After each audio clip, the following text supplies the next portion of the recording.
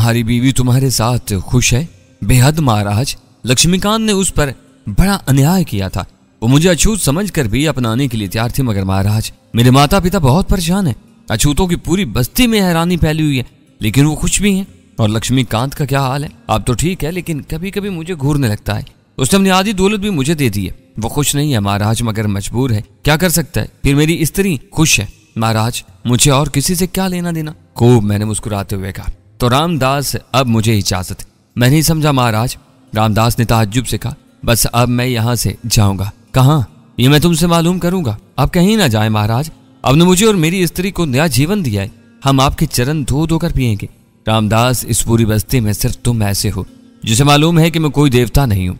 अपने तौर पर तुम कुछ भी सोचते रहो, जो हकीकत थी मैंने तुम्हें बता दी। मैं कवारा कर दूं, तुम्हारी समझ में नहीं आएगा अगर मैं तुम्हें अपने बारे में कुछ बताऊं, और फिर वो तुम्हारे काम का भी नहीं होगा। इसलिए रामदास, इसे जाने दो। मैं किसी एक जगह नहीं ठहर सकता, मुझे अब यहाँ से कहीं और जाना चाहिए। मैं पूरा हिंदुस्तान देखूंगा, तो मुझे बताओगे कि वो शख्स जयराज कहाँ रहता है, जो अछूतों का दुश्मन है। नहीं महाराज, हम आपको नहीं जाने देंगे। खुद शकुंतला कह रही थी कि महाराज को मंदिर से कर लिया। नहीं रामदास, तुम्हारी मोहब्बत का शुक्रिया, मगर मैं यहाँ नहीं रुक सकता। मुमकिन है किसी और रामदास को मेरी जरूरत हो, तुम ये तो सोचो। ठीक है महाराज। रामदास ने गर्दन झुकाकर गहरी सांस ली। तो मुझे रास्ता बताओ। बस्ती से निकलकर आप 10 कोस दूर जाएंगे तो आपको दर्शनपुर नजर आ जाएगा। वहां अजय राज का स्थान है महाराज, सीधा रास्ता है। ठीक है, अब तुम मेरा घोड़ा मुझे वापस ला दो। वो मैं अपने यहाँ ले आया हूँ महाराज, और खुद उसकी रक्षा कर रहा हूँ। शुक्रिया रामदास, तुम इसे लेकर मंदिर के पीछे पहुंच जाना, मैं आ जाऊंगा। जो आ गया महाराज। और कोई काम हो तो मुझे बताओ रामदास। बस महाराज, आपने मेरा जीवन सफल कर दिया है। जीवन भर मैं और शकुंतला आपको दुआएं देते रहेंगे, परंतु ये अफसोस रहेगा कि हम आपकी सेवा ना कर सके। सब ठीक है रामदास, बस अब जाओ और रात को मंदिर के पीछे मेरा इंतजार करना। मैंने उसका शाना थपकते हुए कहा, और रामदास नम आंख के लिए वापस चला गया। मैं सोच में डूब गया था। बहरहाल कहीं महदूद होना मेरी इस रिश्ते में नहीं था। अगर चंद रोज यहाँ और गुजार लेता तो इससे क्या फर्क पड़ता। रात को अजय चंद और बेशुमार पुजारी आ गए। वो सब चढ़ावे लिए हुए थे, ढोल बजाते हुए वो आए थे। इनमें लक्ष्मीकांत भी था, जो बहरहाल मुझसे खुश नहीं था, लेकिन बज़ाहिर उसके चेहरे पर भी न्याजमंदी के आसार थे। पुजारी तो थे ही, मुझसे खौफज़दा था। मैंने अंदाजा लगा लिया कि रामदास घोड़ा लेकर पहुंच गया होगा। रात अच्छी खासी गुजर चुकी थी। तब मैं तमाम लोगों को लेकर उसी जगह आ गया जहां आतिशकदा था। आग बदस्तूर रोशन थी। न जाने किस तरह उन्होंने इसका इंतजाम किया था। वहां पहुंचकर सबके चेहरों पर खौफ नजर आने लगा। अजय चंद, मैंने भारी और गूंजदार आवाज में कहा, और तुम सब जो कुछ मैं कह रहा हूं इसे गौर से खूब सुन लो, क्योंकि बादलों से मुझे यही हुक्म मिला है कि मैं तुम्हें होशियार कर दूं। सुनो, धर्म का मानना बहुत अच्छी बात है, मगर सारे धर्म इंसानों को प्रेम सिखाते हैं। किसी धर्म ने यह नहीं कहा कौन ऊंची जात का है और कौन नीची जात का। जब तुम अपने आप को धर्म सेवक कहते हो तो फिर धर्म के बताए हुए असूलों पर क्यों नहीं चलते। तुमने अछूतों को नीच जात बना दिया। कोई जात ऊंची नीचे नहीं होती। तुम्हें इनके साथ भी इंसानों का सलूक करना चाहिए, और अगर तुमने ऐसा ना किया तो फिर तुम्हारा अशर भी शंभुनाथ जैसा होगा। मैंने खामोश होकर उनके चेहरे देखे, लेकिन किसी के चेहरे पर पसंदीदगी के आसार नहीं थे। भला वो अछूतों को अपने बराबर कैसे मान सकते थे। और प्रोफेसर, मुझे क्या पड़ी थी कि इनमें से और 2-4 को आग में भून देता। ये इनका अपना मामला था। मकामी लोग भी कम न होंगे, और अगर इन्हें क़यादत मिल गई और इन्होंने बगावत कर दी तो फिर ऊंची जात वालों का दिमाग खुद ब खुद दुरुस्त हो जाएगा। तब मैंने लक्ष्मीकांत को मुखातिब किया, और तुम लक्ष्मीकांत, तुम अच्छी तरह सुन लो। रामदास को अगर तुम्हारी तरफ से कोई तकलीफ पहुंची तो फिर मैं दोबारा वापस आऊंगा और तुम्हारे सामने सारे कुंबे को आग में झोंक दूंगा। हम इसे अब क्या तकलीफ पहुंचाएंगे महाराज, हमारा तो धर्म ही नष्ट हो गया। मैं जा रहा हूं, लेकिन अगर तुमने मेरी बताई हुई बातों पर ध्यान न दिया तो इसका नतीजा तुम खुद ही देख लोगे। मैंने दोनों हाथ उठाए और फिर मैं आग के धाने से अंदर दाखिल हो गया। मेरे पीछे ढोल और बाजे जोर जोर से बजने लगे। बहुत सी आवाजें चीखों की शक्ल में सुनाई दे रही थी, और यकीनन बहुत से लोगों ने करीब आकर मुझे देखने की कोशिश की होगी, लेकिन मैं ये बासानी आग की सुरंग को अबूर करके दूसरी तरफ निकला, और फिर बाहर जाने वाले दरवाजे के दूसरी तरफ सबसे पहले मुझे अपना घोड़ा नजर आया। रामदास वक्त पर पहुंच गया था। मुझे देखते ही वो बाहर निकला और उसने दोनों हाथ छोड़ दिए। आ गए रामदास, मैंने अपने बदन से जला हुआ लिबास और वो धागा अलहदा करते हुए पूछा। हमारी पत्नी भी आई है महाराज, रामदास ने जवाब दिया। लेकिन मैं इसके सामने कैसे जा सकूंगा, मेरे बदन पर तो लिबास भी नहीं है। हम लाए हैं महाराज। रामदास ने जमीन पर रखा थाल उठाते हुए कहा। अरे यह क्या है रामदास, दीक्षिणा है महाराज, स्वीकार करें। रामदास आइजी से बोला। और मगर इसमें है क्या? मैंने थाल को देखते हुए कहा।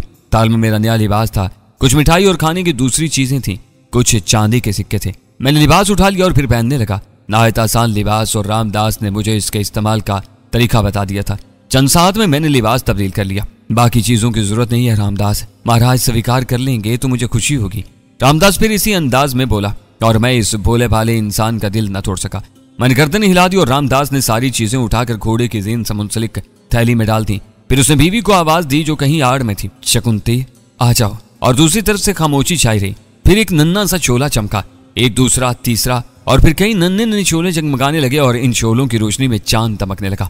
बेशक शकुंतला बेहद हसीन थी। उसने अपने चेहरे पर चमकदार सितारे लगाए हुए थे, माथे पर सुर्ख बिंदिया दमक रही थी और मांग में सुर्ख संदूर था। एक नहायत हसीन लिबास पहने, तेल के जलते हुए दियों का थाल उठाए वो मेरे नजदीक पहुंच गई। बड़ी बड़ी मखमूर आंखें, लेकिन मैंने उसके चेहरे से निगाहें हटा ली। उसके हुस्न ने मुझे मुतासिर जरूर किया था, लेकिन बहरहाल वो किसी का प्यार थी और मैं औरत का भूखा नहीं था। हुस्न तो हमेशा मेरी दस्तरस में रहा था, लेकिन प्रोफेसर मैं उनकी रसूमात की दिलकशी से इनकार न कर सकूंगा। बड़ा हुस्न, बड़ी रोमानियत थी इनकी रसूमात में। हुस्न मुजस्सम मेरे नजदीक आई। थाल में छोटे छोटे मिट्टी के बर्तन रखे हुए थे जिनमें न जाने क्या क्या था। उसने थाल मेरे चेहरे से लेकर पैरों तक 7 बार घुमाया और फिर उसे जमीन पर रख दिया। उसके होंठों पर एक शर्मीली सी मुस्कुराहट थी। फिर उसने बर्तनों की अजीब चीजें मेरे माथे पर लगाई। ये वही चंदन और संतूर वगैरह था जो रामदास पहले भी मेरे चेहरे पर लगा चुका था। इन चीजों से फारिग होकर उसने मेरी तरफ देखा, देखती रही, फिर हाथ आगे बढ़ाए, मेरे चेहरे पर फेरे और फिर उंगलियां सर से दबाकर चिटकाई। सारी उंगलियां चटक गई थी। काला तिलक तो लगा दे शकुंतला, नजर न लग जाए मेरे मित्र को, भगवान सुखी रखे। शकुंतला आहिस्ता से बोली और उसने एक डब्बे की कालक मेरे बाएं गाल पर लगा दी। मैं इन तमाम हरकतों में दिलचस्पी ले रहा था। बस अब इजाजत दो रामदास, इजाजत दो शकुंतला, मैंने कहा और दोनों के चेहरे झुक गए। मैंने रामदास का शाना थपथपाया, शकुंतला के सर पर हाथ फेरा और लपक कर घोड़े पर सवार हो गया और फिर मैंने घोड़े को अचानक एड़ी लगा दी। रामदास के बताए हुए रास्ते पर घोड़ा चल पड़ा। बस्ती से निकलते ही मैंने उसकी रफ्तार सुस्त कर दी थी। अब मैं इन लोगों के बारे सोच रहा था। मैंने बरहमनों को अछूतों के साथ अच्छा सलूक करने की हिदायत की थी, लेकिन मुझे अपनी तकरीर का नतीजा तो वहीं इसी जगह मालूम हो गया था। अगर मैंने इनके खुश्क अंदाज की और अपनी बात न मानने की कुछ सजा दे देता तब भी इससे कोई फर्क न पड़ता। वो बड़े कट्टर लोग थे और किसी तौर अछूतों को इंसान समझने पर आमादा नहीं मालूम होते थे। और बात सिर्फ इसी छोटी सी बस्ती की होती तो ठीक था, पूरे हिंदुस्तान पर आरिया फैले हुए थे। मैं किसे किसे ठीक करूंगा, मैंने सोचा और फिर अचानक मेरे गर्दन झटकती। मैं इनका ठेकेदार तो नहीं हूं, मैंने इंसानियत को सुधारने का ठेका तो नहीं ले रखा। मैं तो सिर्फ आंख हूं, देखना मेरा काम है। खामखा उलझने पा लेता हूं। मशरिक का हसीन मुल्क हिंदुस्तान, हुस्न की जमीन, जहां के इकदार बदले हुए हैं। मेरे मुशाहिदे के लिए यहाँ बहुत कुछ है और फिर इसके अलावा भी और यूं बेसिकंदर के साथ गुजरे हुए खुश्क वक्त की तलाफी होनी चाहिए। इसके साथ ही मैंने सोचा यहाँ देवी देवताओं की पूछ गछ यूनान से कम नहीं है। ये भी तहमात की सरजमीन है और तारीख शाहिद है कि अगर मैंने साफ गो और हकीकत पसंद बनने की कोशिश की तो ज्यादा पजीराई नहीं हुई। हाँ, लोग मेरी अनोखी खसूसियतों की वजह से मुझे देवता तस्लीम करने पर उधार खाए रहते हैं। चुनाचे क्या हर्ज है, देवता ही सही, लेकिन इन लोगों के देवताओं के बारे में मुझे अभी कुछ मालूम नहीं था। यूनान के लोग भी तस्वराती देवताओं की शक्लें तराश लेते थे, इन लोगों की भी यही कैफियत थी, बल्कि बुतों का राज यहाँ कुछ ज्यादा ही था। गोया मेरे लिए यहाँ भी मुश्किलात नहीं थी। और फिर मैंने घोड़े की रफ्तार तेज कर दी। रामदास ने जो रास्ता बताया था मैं इसी पर घोड़ा दौड़ाता रहा और रात गुजरती रही। चांद अपना सफर तय करता रहा। रामदास ने फासला 10 कोस बताया था। बहरहाल ये 10 कोस काफी तवील हुए और इस वक्त रात का आखिरी पहर था जब मैंने दूर से रोशनियां टिमटिमाती देखी। इनका फैलाव काफी था। गोया रामदास की बताई हुई जगह दर्शनपुर यही थी। मैंने घोड़े की रफ्तार सुस्त कर दी और आहिस्ता आहिस्ता बस्ती के करीब पहुंच गया। कच्चे कच्चे मकानात बहुत बड़े इलाके में फैले हुए थे, लेकिन सबसे पहली इमारत जो नजर आई वो एक इबादत का थी। ये लोग बस्ती के शुरू या आखिर में इबादत का जरूर बनाते थे और बहरहाल आबादी के हालात जानने के लिए यह पहली कयामगाह काफी मुफीद थी। चुनाचे मैंने इसी तरफ का रुख किया और इबादत गाहों के दरवाजे कभी बंद नहीं होते। न जाने कब किसी अकीदतमंद का मजहबी जोश जाग उठे, सो मैंने घोड़े को एक मुनासिब जगह छोड़ दिया और फिर इबादत गाह की तरफ बढ़ गया। दूर दूर तक चिदरे दरख्त बिखरे हुए थे, जगह जगह राख के ढेर नजर आ रहे थे और एक अजीब सी बू चारों तरफ फैली हुई थी जिस पर इस वक्त मैंने तवज्जो नहीं दी। फिर मैं मंदिर में दाखिल हो गया। अंदर से ये उससे पहले मंदिर की मानी था, बद रौनक और सुनसान, जहां सिर्फ बुतों की हुक्मरानी थी। जगह जगह अजीब अजीब शक्लें धारे बैठी थी। यहाँ भी पुजारी होंगे जो या तो किसी पत्थर के सामने अकीदत से सर झुकाए होंगे या फिर इस अकीदत से थक कर किसी कोने में पड़कर सो गए होंगे। बहरहाल मैंने पूरे मंदिर का जायजा लिया, लेकिन हैरत की बात थी कि यहाँ कोई मौजूद नहीं था। फिर मैं ऊपर जाने वाली सीढ़ियों की तरफ चल पड़ा। शायद वहां कोई हो, लेकिन ऊपर का हिस्सा भी खाली पड़ा था। हाँ, एक चौरोके के सामने से गुजरते हुए मैंने मंदिर के अक्क में बहुत सी रोशनियां देखी। ये मछलियां थी और इनके सायों में बहुत से अफराद नजर आ रहे थे। ये पोशीदा सम थी, यानी जिस तरफ से मैं आया था इधर से नजर नहीं आती थी। मैं चौरोके के पास आ खड़ा हुआ। न जाने इतनी रात गई ये लोग क्या कर रहे थे। मैंने गौर से देखा तो अंदाजा हुआ कि कुछ लोग लकड़ियों को एक खास अंदाज में चुन रहे हैं, दूसरे लोग इनके नजदीक खामोश खड़े थे। मुझे इस रात की अनोखी कारगुजारी पर हैरत हुई और मैं अपनी दिलचस्पी को नहीं रोक सका। मैं देखना चाहता था कि वो क्या कर रहे हैं और इसके लिए जरूरी था कि इनकी निगाहों से पोशीदा रहा जाए। इसलिए मैंने वहीं रुककर इनके कुर्ब जवार की जगहों का जायजा लिया। जिस जगह वो लोग थे उससे सिर्फ चंद गज के फासले पर पीपल का एक दरख्त मौजूद था जो काफी घना था। इसका तना बहुत चौड़ा था और इसकी जड़ को चूने से सफेद कर दिया गया था। किसी तरह इनके अक्कम में होकर दरख्त तक पहुंच पाया था। वहां से इनकी कारकर्दगी का अच्छी तरह जायजा लिया जा किसी तरह इनके अक्कम में होकर दरख्त तक पहुंचा जाए, वहां से इनकी कारकर्दगी का अच्छी तरह जायजा लिया जा सकता है। मैंने सोचा और फिर एक प्रोग्राम तय करके मैं नीचे उतरा और फिर मंदिर से निकला।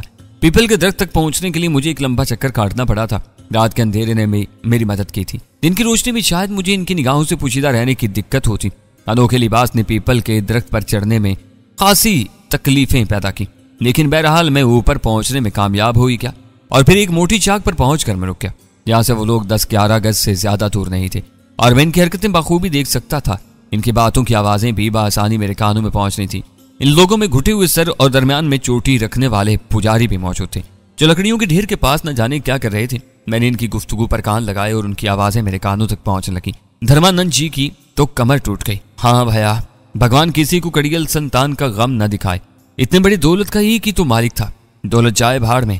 इनका तो सारा जीवन सूना हो गया। अरे उम्र ही कितनी थी उसकी, पूरे 22 बरस। बस अगले चांद गोना होने वाला था। लच्छी का पहरा कुछ अच्छा न रहा, मारी गई वो गरीब भी। किसी ने ठंडी सांस लेकर कहा, धर्मानंद जी की तो टांगे ही रह गई। सुनाए डोली में आएंगे अर्थी के साथ, सब भगवान की लीला है। और फिर सब खामोश हो गए। मैं इनकी गुफ्तगू समझने की कोशिश कर रहा था, सिर्फ चंद बातें मेरी समझ में नहीं आई थी, वरना मैं समझ गया कि किसी धर्मानंद जी का बेटा मर गया जो नौजवान था। कोया मौत के बाद की रसूमात की तैयारियां हो रही थी। बहरहाल इनमें भी निद्रत थी। लकड़ियों का ये ढेर भी मेरी समझ में आ गया था। अर्थी आ रही है, किसी ने कहा और सब गर्दनें उठा उठा कर देखने लगे। मेरी निगाहें भी बस्ती के किनारे की तरफ उठ गईं, जहां से कुछ और रोशनी आ रही थी। चिता तैयार है पंडित जी? हाँ महाराज। अर्थी आ रही है? हाँ महाराज। जवाब मिला और फिर खामोशी छा गई। अजीब पुरस्कार माहौल पैदा हो गया था। मशल बरदार नजदीक आते जा रहे थे। वो अर्थी उठाए हुए थे जिस पर मुर्दा बंधा हुआ था। इनके साथ 2 डोलियां भी थी जो पीपल के दरख्त के नीचे रखती गईं, यानी एन उसी जगह जहां मैं मौजूद था। तब एक डोली से एक रोता हुआ बूढ़ा निकला। कई आदमियों ने उसे संभाल रखा था। सब्र करो धर्मा जी, भगवान की यही इच्छा थी। हाय सब्र नहीं होता है भगवान, मरने के दिन तो मेरे थे। हे भगवान, आओ महाराज, ये भगवान की लीला है। और 3-4 आदमी उसे अर्थी के करीब ले गए। पंडित लकड़ियों के ढेर के नजदीक किसी कार्रवाई में मसरूफ था। दूसरी डोली में न जाने कौन था। मैं तजस्सुस भरी निगाहों से उसे देख रहा था। चंद मर्द यहाँ सर झुकाए खड़े थे और फिर उनमें से एक बूढ़े आदमी ने डोली का पर्दा हटाया। बाहर निकल हालची मेरे लाल, बूढ़े ने कांपती आवाज में कहा। पिताजी। एक दर्दनाक चीख सुनाई दी और सुर्ख लिबास में लिपटी एक कुड़िया बाहर निकल आई। उसके बाद सफेद बाजू बूढ़े की गर्दन में हमायल हो गए। पिताजी, मेरा क्या दोष है पिताजी? भगवान के लिए मुझे बताएं, मेरा क्या दोष है? मैं क्यों बिन मौत मारी जा रही हूँ? पिताजी, नहीं पिताजी, मुझे बचा ले, मुझे बचा ले। वो बिलक बिलक कर रोने लगी और जिस शख्स से वो लिपट कर रोई थी वो भी जब्त के बावजूद रो पड़ा। लच्छी, क्या कह रही है मेरी बच्ची? कैसी बातें कर रही है तू अपने पति के साथ स्वर्ग चाह रही है? धर्म के खिलाफ कैसे हो सकता है लच्छी? नहीं नहीं, ऐसी बातें ना कर, आवाज ऊंची ना कर। तेरा पिता जीवन भर गर्दन न उठा सकेगा। पुराण के डर से तू अपने पिता की गर्दन झुका रही है। रोते हुए बूढ़े ने कहा। पिताजी, नहीं पिताजी, मुझे बचा लो, मुझे बचा लो। लड़की बूढ़े से बुरी तरह लिपट गई और बूढ़े ने उसका मुंह खींच लिया ताकि दूसरे लोग ये आवाज न सुन सकें। लेकिन लड़की बलकती रही और बात काफी हद तक मेरी समझ में आ गई। सती की रस्म के बारे में रामदास ने किसी हद तक बता दिया था। इस लड़की को इसके शौहर की मौत के बाद जिंदा जलाया जा रहा था। मेरे बदन में खून की लहरें दौड़ने लगी, मेरी कनपट्टियां गर्म होने लगी। ये मुनासिब नहीं था। वो नहीं मरना चाहती थी, लेकिन अहमक लोग इसकी जान ले रहे थे। हरगिज़ नहीं। मेरे बदन पर बाल खड़े हो गए और मैं कोई उम्दा तरकीब सोचने लगा। दूसरी तरफ इन लोगों की तैयारियां मुकम्मल हो चुकी थी। अर्थी को चिता पर रख दिया गया और पंडित जोर जोर से श्लोक पढ़ने लगा। तब मैंने जोर जोर से दरख्त की शाख हिलाई।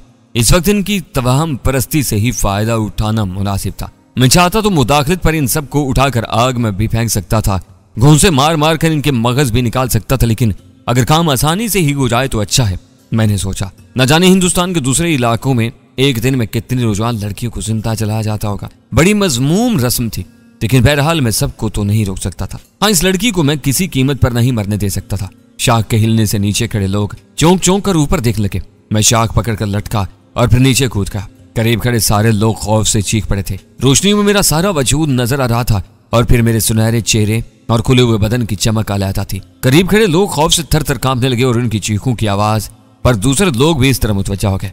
मैं चंद लम्हात इन लोगों का जायजा लेता रहा। बड़े बुज़दिल थे सब के सब। फिर मैंने भारी आवाज में कहा, दर्शनपुर के रहने वालों, मुझे खास काम से आकाश से धरती पर भेजा गया है। मेरे करीब आओ और ध्यान से मेरी बात सुनो। सहमे हुए लोगों की हिम्मत नहीं पड़ रही थी कि मेरे करीब आते। सबके सब फटी फटी आंखों से मुझे देख रहे थे। तब मैंने नरम लहजे में कहा, मैं तुम्हें नुकसान नहीं पहुंचाऊंगा। मैं तो तुम्हारे पास भगवान का एक संदेश लेकर आया हूँ। आओ मेरे पास आकर इस संदेश को सुनो। तब लोगों की कुछ हिम्मत बढ़ी। पुजारी सबसे आगे थे। इनकी गर्दनें खौफ से हिल रही थी। लच्छी को सती न करो, इस पर भगवान की दया है। मुझे इसीलिए भेजा गया है कि तुम्हें इससे रोकूं, जो सती नहीं होगी। मेरे अल्फाज इन लोगों के लिए हैरत अंगेज थे। जय महाराज सपूर्णा। एक पुजारी ने आगे बढ़कर कहा, ये कैसे हो सकता है? अगर ये लड़की बच गई तो पूरी बस्ती के लिए नहुसत बन जाएगी। ऐसा तो कभी नहीं हुआ महाराज। अब होगा पंडित जी। और सुनो, पूरे 10 साल तक इस बस्ती में कोई विधवा सती ना होगी। अगर तुमने भगवान का ये उपकार मानने से इनकार कर दिया तो तुम्हारी बस्ती पर आग की बारिश होगी और तुम सब भस्म हो जाओगे। राधे शंकर, राधे श्याम, राधे श्याम। पुजारी खौफ से पीछे हट गया। वो दूसरे लोगों की तरफ देखने लगा था। तब लच्छी का बाप आगे बढ़ा और उसने कांपती आवाज में कहा, तुम कौन हो महाराज? भगवान का संदेशी हूँ, आकाश से आया हूँ। क्या ये काफी नहीं है? मैंने दुरुस्त लहजा में कहा, मगर महाराज इससे पहले कभी ऐसा नहीं हुआ है। ये कर्म जली पूरी बस्ती का रोग बन जाएगी। ये कलंक मेरे ही माथे पर क्यों लग रहा है महाराज? भगवान के संदेश को तुम कलंक कह रहे हो? मैंने गुस्से से कहा, मैं भी इसके साथ आग में भस्म हो जाऊंगा महाराज। भगवान के लिए यह ना करें, ऐसा ना होने दे, वरना संसार में मेरी क्या इज्जत रह जाएगी। तुम अगर कुत्ते की मौत मरना चाहते हो तो मैं तुम्हें नहीं रोकूंगा, लेकिन लच्छी सती नहीं होगी। मैं नहीं मरना चाहती महाराज, मैं नहीं मरना चाहती। भगवान के लिए मुझे बचा ले, मैं मरना नहीं चाहती। लच्छी दौड़कर मेरे पास पहुंच गई और मैंने उसे अपने बाजू की पनाह में ले लिया। तू नहीं चलेगी लच्छी, चिंता ना कर, मैंने कहा। और लच्छी का बाप परेशानी के आलम में मेरी शक्ल देखने लगा। ए भगवान, मैं क्या करूं? उसने कराते हुए कहा, ये पाप होगा महाराज, बहुत बड़ा पाप, जिसका फल पूरी बस्ती को भोगना पड़ेगा। एक बूढ़े ने कहा, तुम्हारा धर्म कैसा है पापियो? तुम इस बात को पाप कह रहे हो जिसका उपकार भगवान ने दिया है? मैंने डपटते हुए कहा, ठीक है भगवान, लेकिन अब ये कर्मों चली हमारे काम की नहीं रही। मैं बस्ती में गर्दन झुकाकर नहीं रह सकता। अब इसका फैसला भी तुम ही करोगे। इसका क्या होगा? अब तुम इसे भी अपने साथ भगवान के द्वार ले जाना। लच्छी अब बस्ती नहीं जाएगी महाराज, चाहे कुछ भी हो जाए। ठीक है, इसका फैसला भी हो जाएगा। लच्छी इस मंदिर में रहेगी। अगर तुम कोई फैसला कर लो तो आकर इसे मंदिर से ले जाना, वरना फिर इसका फैसला भी भगवान ही कर देंगे।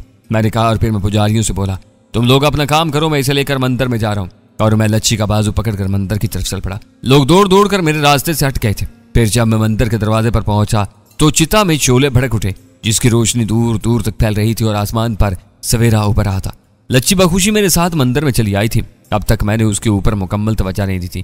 उसके गुदाज बाजुओं का लम्स भी उसके दौरान मैंने महसूस नहीं किया था, जिसे मैं पकड़े यहाँ तक लाया था। मंदिर के सेन में पहली बार मैंने उसे गौर से देखा। चांद की तरह दमकता हुआ चेहरा हल्दी की तरह पीला हो रहा था। परेशानी और खौफ ने शक्ल बिगाड़ दी थी, लेकिन सुबक नक्श निगार और बड़ी बड़ी कमल जैसी आंखें चीख चीख कर कह रही थी कि इसके चेहरे में हिंदुस्तान की हुस्न बख्श हवाओं ने पूरी पूरी गुलकारी की है। बड़ा मलिह चेहरा था। उम्र 17 साल से ज्यादा न होगी। वो अब भी सहमी हुई थी और शायद उसने भी पहली बार मेरे चेहरे पर तवज्जो की थी। मुझसे निगाहें मिली तो वो देखती रहेगी और काफी देर तक मुझसे निगाहें नहीं हटा सकी। डरो मत लच्छी, अब कोई तुम्हारा कुछ नहीं बिगाड़ सकेगा, मैंने नर्म आवाज में कहा। और लच्छी कुछ कोंटों पर जुबान फेरने लगी। कैसे सालिम लोग थे, तुम्हारी इस हसीन जवानी को राग का ढेर बनाने पर तुले हुए थे। पाप हुआ है महाराज, पाप तो जरूर हुआ है, मगर मैं मरना नहीं चाहती थी। मुझे आग से बड़ा डर लगता है। लच्छी ने पहली बार जुबान खोली। कोई पाप नहीं हुआ, इंसानी जिंदगियों को यूं आग में जला देना सबसे बड़ा पाप है महाराज। लच्छी आहिस्ता से बोली। हाँ लच्छी, मरने वाले मर गए, किसी दूसरे की जिंदगी क्यों खराब की जाती है? ऐसा ना कहो महाराज, धर्म नष्ट हो जाएगा। हमारा जीवन मरण तो इन्हीं के साथ होता है। फिर ये फेरे तो भाग के फेरे होते हैं। मेरे भाग में यही था। ये तुम्हारा धर्म है लच्छी। हाँ महाराज, क्या आपका धर्म नहीं है? लच्छी ने पूछा। मैं गौर करूंगा लच्छी, आखिर इसमें क्या मसलहत पूछीता है। मेरा तजर्बा है कि अच्छे और पायदार मजाहिब की हर एक दाम में कोई अच्छा पहलू मख्फी है, लेकिन एक शौहर की मौत के बाद ख्वाह वो किसी उम्र का हो, इसकी बीवी को भी इसके साथ चला देने की वजह समझ में नहीं आती। ये तो जुल्म है, नहायत ही इंसानियत सोच जुल्म। ये सब धर्म की बातें महाराज, आप जैसे महान साधु इस बारे में खूब जानते होंगे। हाँ जानता हूँ लच्छी, इसलिए तुम्हें इन लोगों के चुंगल से निकाल कर ले आया हूँ। आपकी दया है महाराज। लच्छी ने कहा और मैं खामोश हो गया। मैं इस हसीन लड़की पर गौर कर रहा था। छोटी सी उम्र की थी, लेकिन इतनी सादा और मासूम नहीं मालूम होती थी। उसके गुफ्तगू करने के अंदाज में ज्यादा झिझक नहीं थी। साफ लहजे में बातचीत कर रही थी और चेहरे पर भी अजीब सी तासरात मुंजमन थे। लेकिन जहां तक उसके हुस्न का ताल्लुक था तो बिलाशुबा वो एक खिले हुए फूल की तरह थी। उसकी हर पंखड़ी जवान थी और आंखों को भाती थी। बहुत छोटी सी उम्र में इस कली को फूल बना दिया गया था। आओ लच्छी, देखे क्या वो लोग वापस चले गए? जो आ गया महाराज, लच्छी ने गर्दन झुकाकर कहा और हम दोनों मंदिर के ऊपरी हिस्से की तरफ चल पड़े और फिर उस झरोके में पहुंच गए जिससे पहली बार मैंने तमाशा देखा था। चिता के शोले खूब भड़क रहे थे और उसके गिर्द लोग अब तक मौजूद थे। बहुत सी शक्लें यहाँ से साफ नजर आ रही थी। मैं खामोश खड़ा इन भड़कते हुए शोलों को देखता रहा। फिर मैंने यूं ही सरसरी निगाहों से लच्छी की तरफ देखा। उसके चेहरे पर बेपनाह हरास था। वो दहशत भरी आंखों से आग को देख रही थी। लच्छी, मैंने उसे आवाज दी और बेसाख्ता दौड़कर मुझसे लिपट गई। वो बुरी तरह मुझसे चिमट गई थी और मैंने उसकी कमर में हाथ डाल दिए। क्या बात है लच्छी, क्या तुम खौफजदा हो? महाराज, वो सिसक पड़ी और फिर वो काफी देर तक मेरे सीने में मुंह छुपाए रोती रही।